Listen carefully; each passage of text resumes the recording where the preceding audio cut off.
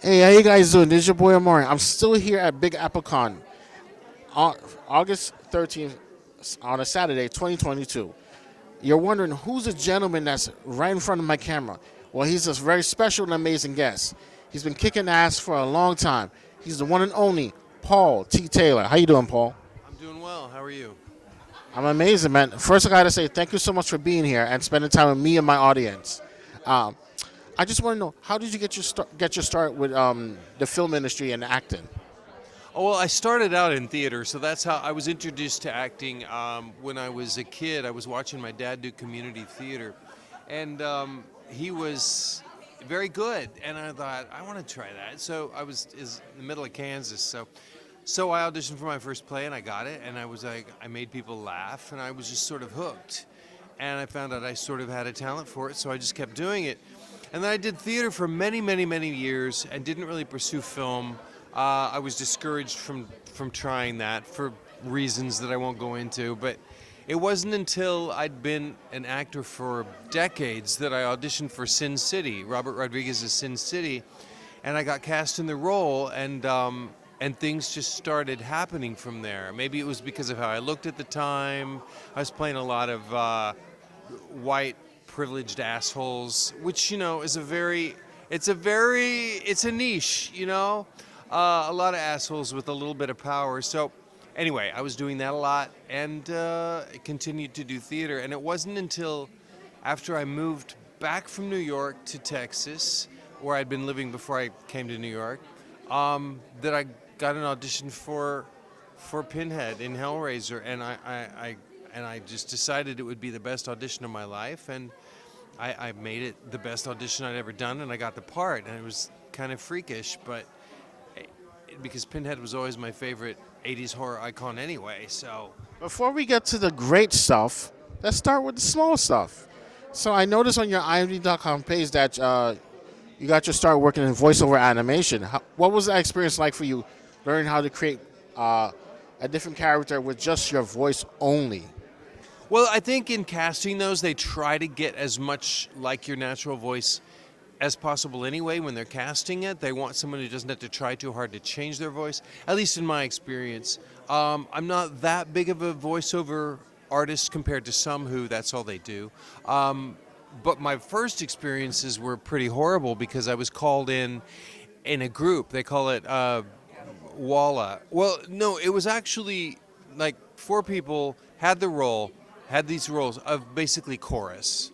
So they'd come in and they'd be like the soldiers panting, or the soldiers screaming in pain, or the soldiers just, or whoever they are, not necessarily just soldiers, but just like everybody talking at the same time, just crowd noises. And then from there, I did that for a while, and the company liked me, and then they called me in for, I got the part of Animi, Animi in the one I remember the most vividly was one where I was a fighter, and I had to make so many effort noises and sounds of screams of agony and stuff like that that I had no voice at the end of it. I'd much prefer to play characters who are more like me, in the way they speak. Yeah. I'm sorry. The first role that your IMDb.com page is Detective Coben for you're playing Percy Nicholson. Yeah. He was just a regular guy. He was just a very unassuming young man. You wouldn't suspect that he's actually the murderer, but he actually is. He like poisons somebody. But that was so long ago that I don't really remember it all that well. It's understandable, and the same thing. Your second role after that was for Baki the Grappler, and that's you play Anami. Enemy, yes, yeah, and it was a lot. It was a lot. But then when I got to do Samurai Warriors and I played Yoshitsugu, it was beautiful because I didn't have to match any lip flaps because he was a leper, and so he had a mask over his mouth. So I didn't have to match the Japanese language mouth flaps. That was so easy. Plus, he's very sort of calm the whole time. So I enjoyed that. Was it Sengoku Muso or? Oh, that's just the name of the show because I'm just seeing what your IMDb.com is, or was it D Gray Man? believe on The Gray Man, I just was Walla. I think I was just basically background. I think, unless you know something I don't know. I mean, it definitely agrees. Yeah, additional voices. That's exactly what. Okay, say, oh no, here he comes. Stuff like that. Just say it 12 times and we'll pick one. All right, guys. Now we're going to get to the good part, the Hellraiser interview. What was that process like for you? It was it was surprisingly simple. It was I got an audition notice to audition for the role of the auditor in a movie that they were just calling Judgment. They were keeping it a secret that they were doing another Hellraiser movie. And I knew I could play it because it was like a middle management weirdo. But I knew it was a Hellraiser movie because of the auditor's first line in the sides was, "Come in, we have such sights to show you." And I'm like, it's a Hellraiser movie. So I did very well in that audition. They liked me. And I thought, oh, if I get this, maybe I'll be working with Doug Bradley. But then things didn't work out with Doug Bradley playing the role of Pinhead. So then they contacted me and said, "We want to put you on tape for Pinhead." So I had one audition as Pinhead, and I decided it would be the best audition of my life because it was a golden opportunity. And he was always my favorite 80s horror icon. I'm like, this would be so cool to play this monster. And so, yeah, I didn't even have a call back. But it went through, up through the ranks, like the director's first choice, the producer's first choice, just all the way up to Bob Weinstein, who finally, was like, yeah, cast him. And so I got the part. It was pretty simple, actually. So, what was it like to step in the role of Pinhead for you? Like, how was the makeup process? Was it very long? The makeup was easy. You just sit there, and they apply it to you. It's really very simple, and I loved it. How many hours? 2 hours. That's not bad. That's reasonable. That's reasonable. So, since you played Pinhead, like, did you research any historical figures to bring your version of Pinhead to life? No, I'm more of an actor who just takes the words on the page, the script, and brings my own knowledge and my own memories and history to what those words are that this character says. And that's really all an actor's job is to take the words on the page and say them in resembling a real person saying them. Whatever it takes to get there. Some are more methods, some are just like, let me just play with it. The thing that was different about it, though, was that I had to honor what came before me, which meant Doug Bradley and all those movies, and the huge fan base that I knew would be against me just for playing Pinhead. But I watched all the films that came before for a while, and then decided that it was best to just take the script of this particular Hellraiser movie and make it my own. And it is a different Pinhead. If you're an expert, you can see that this is a Pinhead from a different time in his existence. It's even maybe a different person taking on the role of the lead Cenobite. The costume is different. He's older. He has age spots. Because Gary Tunnicliffe wrote it to be Doug Bradley's last Pinhead Hellraiser movie, but that just didn't work out. So it was fun. It was just fun. Well, I'm pretty confident that you did an amazing job, and you didn't disappoint any of the fans, especially Doug's fans. Or what's his name? Doug is his name. Doug. You didn't disappoint Doug Bradley's fans at all. You delivered the goods 100 times out of 100. You're welcome, man. I really appreciate that. I see you have two. I see you got the box, the square, the cube, and I'm sorry. The cube and the new DVDs. Please, talk a little bit about that. Oh, well, these are just, this is Hellraiser Judgment. This is the Hellraiser film I did, and it came out in 2016. And, I sell them at events and stuff like that. They have gag reels. Hey, you should get these. And then this is a puzzle box that was put out by Trick or Treat Studios. And they do a beautiful job. I mean, the package is like this. It's really gorgeous. It's a nice window box. But I bring these to events because if I do pictures with fans, I like to have the box in my hands. Definitely, you got to be prepared for them. I mean, you delivered the goods 10 times out of 10 on the film. You might as well deliver the goods 10 times out of 10 when you're here at the show. Well, It's a privilege to be invited to events like this. It's a privilege, and if you don't make any effort, then what's the point? You know, we got to live every day to the fullest. I know that sounds like a cliche, but you could die tomorrow. You could die in 5 minutes. that's not cliche. You spoke the truth. That's all that matters. It is what matters. Yeah. Well, Paul, thank you so much for your time, man.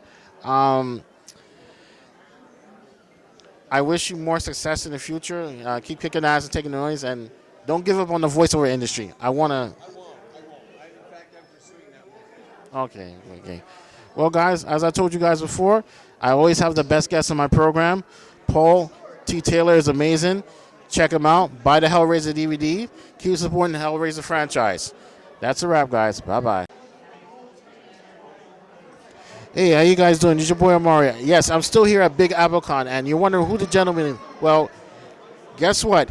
George Perez wasn't the only Puerto Rican superstar in the world of comics. I'm talking to a legend that a lot of people may not know about, but you've seen his artwork over the years. I'm talking about the one and only Ray Lago. How you doing, Ray? I'm doing fine, thanks. Good. Ray, thank you so much for being here, man. Please tell me your origin story with comics. Like, how did you get started? Okay, well, I always loved comics. I grew up reading comics. I also grew up collecting trading cards that my mom threw out. But, some of them were superhero trading cards. I never thought I'd be painting them.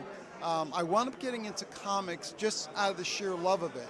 I became a professional illustrator as I was getting out of college.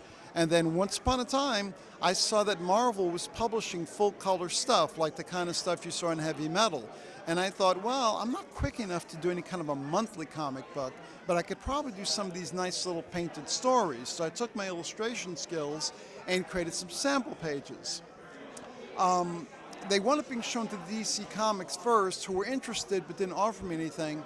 And then Marvel saw them a few months later and offered me work. The work I did for Open Space and Hellraiser at Marvel led to being offered some trading card work and then some cover work at Marvel, which wound up leading to some work with Dark Horse Comics, and on and on and on. And the thing I'm known mostly for are trading cards, but I've also done some comic book stuff and some covers, some magic card art, and I even worked for Playboy doing Little Annie Fanny for a while. So, a bit of everything. Wow, you had a very exciting career. So you're known as a trading card superstar artist, correct? Superstar sounds a little braggadocio for me. I don't have that kind of orgullo. But yeah, no, I've done a lot of trading cards, and I'm still doing some trading cards for Fleer, Upper Deck really. It's not Fleer anymore, Upper Deck. And He just confirmed it. Superstar artist, trading card guy. Great, perfect. All right. Okay. So, what's it like for you to like when you're creating the artwork for the trading cards? What what kind of paint do you normally use to do the work? Well, we were discussing this before, most of the work that I've done has been done in watercolor, but occasionally I break out the oils, and recently for the last couple sets I've worked on, I decided to do them in acrylic simply because I'm a teacher, part-time teacher at the Fashion Institute of Technology here in New York City, FIT, and two of the courses I teach, I'm making my students paint in acrylic.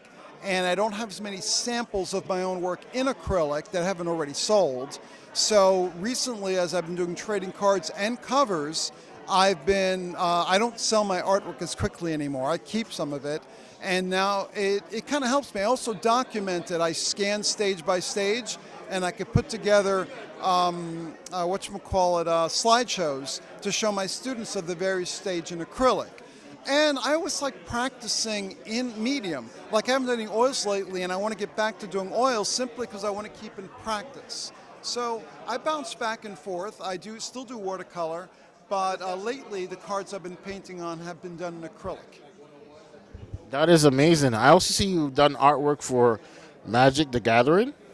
Yeah, the first bunch were done in watercolor. The rest were done in oils at their request. And that was actually great fun practicing in oils. Looks like you had a perfect excuse to use oil. That's great, man. That's great. So, Are you working on anything currently for any major publishers like regular comic book, or are you still doing your pinups? Okay, the most recent work is a bunch of trading cards I did for an Avengers set that's coming out from Upper Deck, I think in late fall or early winter. I don't know the name of it, but it's Avengers something. And I recently painted a cover for Dynamite Comics for a Garbage Pail Kid, because I did some Garbage Pail Kid stickers once upon a time. So I got hired to do a cover for them, which is a lot of fun. It's called GPK Origins #1, but it's GPK versus the Nazis. I used to love the Garbage Pail Kids until I saw the live action movie. That was a total bomb. Yeah, don't bother. You're gonna be disappointed. Wow. So, will you be working on your own Will you work on your own created own works? I wish I could. I really don't have the time. I have a whole bunch of things I'd love to work on. And one of the things I give away free here at shows is this couple of characters I created years ago that I never did anything with for a creator's set back in the 90s, and they were misprinted. I created a bunch of characters because they hired us to say, hey, you want us to publish some of your characters? And I'm like, you're going to pay me? Yeah. So I did a few cards for them. They printed one card with the wrong information on it, which was a real downer. So many years later, when these trading card shows started popping up, I decided to vanity press this free card that corrected the card that they published with the wrong information. So I have a whole lot of stuff I'd like to do for myself. And I do occasionally do paintings and drawings for myself, absolutely. And I do little things for sale or whatever. But doing something like a comic book, which I would really enjoy doing, it's really hard to find the time. I totally understand. Well, Ray, I just want to say thank you so much for your time. Thank you so much for speaking to my audience. Keep kicking ass and taking no prisoners. Okay, thanks. Thanks very much. As I told you guys before, I always have the best guests on my show, and this gentleman is no exception to that statement. Ray, you're amazing. Keep kicking ass, man, all right? Pleasure. Take care. All right. Bye-bye.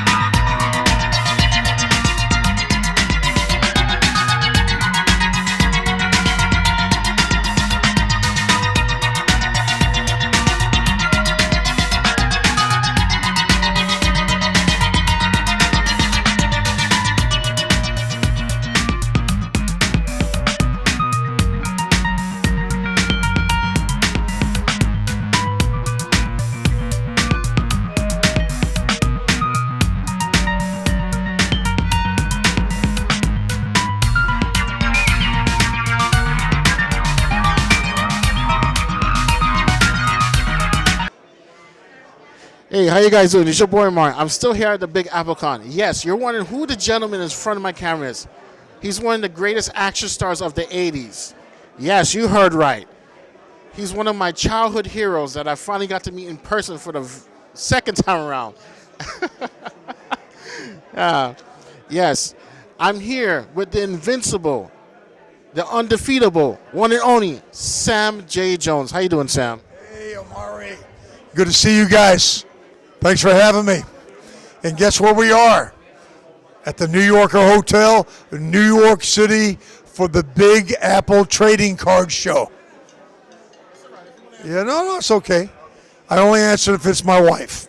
It's not my wife. Yeah. Yes. Please tell me your origin story with the entertainment business. Like, how did you get started? Why did I get started in the film industry? Well, I joined the Marine Corps to be a lifer, and then I started playing Marine Corps football. I thought I was very good, which I was okay, I guess. And then I decided I need to play pro ball. So I did my hits in the Corps. I went to Seattle. I'm probably 21. I joined at 17, so I'm 21. And I tried out for the Seahawks. And guess what they told me? Thank you, but we don't need you. Okay. So then, as a 21-year-old, I'm kind of down because no more Marine Corps, no more football. And then a buddy of mine gave me, he said, you need to read this article on Clint Eastwood. I read the article on Clint Eastwood, 1976. That was the year. And that article inspired me to go to Hollywood. So it's been 45 years, something like that. Okay, so when you were getting ready for the role of Flash Gordon, were there any big-time actors that also auditioned for the role of Flash Gordon? Well, at the time I didn't know because Dino De Laurentiis used a lot of confidentiality and non-disclosure. But I learned later on that Kurt Russell and Arnold was up for it. And I think what I had going for me, the fact that I played football, number one, and number two, I was pretty naive. I had a very strong naivete, and I think Flash Gordon had that. That was part of his traits. Remember, Flash Gordon does not, he's one of the few superheroes who does not have superpowers. He's just a guy. And I think that's why we're talking right now. I call Flash Gordon the triple blessing. What's the triple blessing? Number one, getting hired for any project, no matter what industry we're in. Number two, if we do well or if the project does well. And number three, longevity. That's what we're talking about now. Yeah. Okay. Sure. I know Flash Gordon wasn't the only superhero you played. I also saw pictures of you as the Spirit. What happened with that production? Oh, yeah.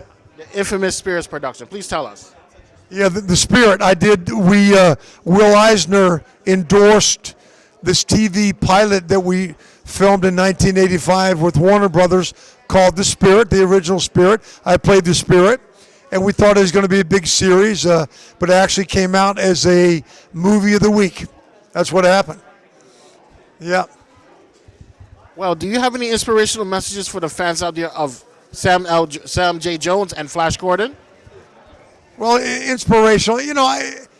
Nowadays things are becoming very complicated and convoluted and confusing. So I tell all the age groups, youngsters all the way through my age, even older, let's keep things simple, especially during COVID.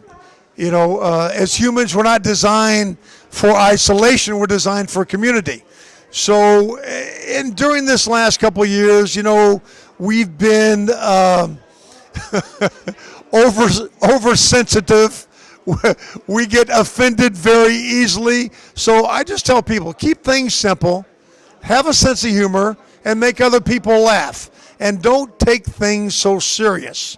Our job is to build one another up, not hold grudges and point fingers at somebody else. But our job in life really is to, when we open our mouth, we should not only be building ourselves up, but we should be bringing value to other people around us, especially people that are hurting. So that's my message.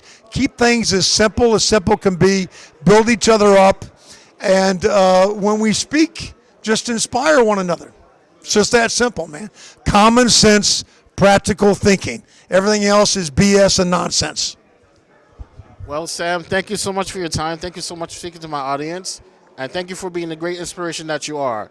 I hope when they do make the brand new Flash Gordon movie that you're a part of the cast. That's a wait-and-see situation, guys. All right, guys. Like I told you before, I always have the best guests on my program. This man is no exception to that statement. It's always going to be true. I'm going to keep it true for you guys. Thank you so much. We'll be back right after these messages. Have a nice day. Yeah!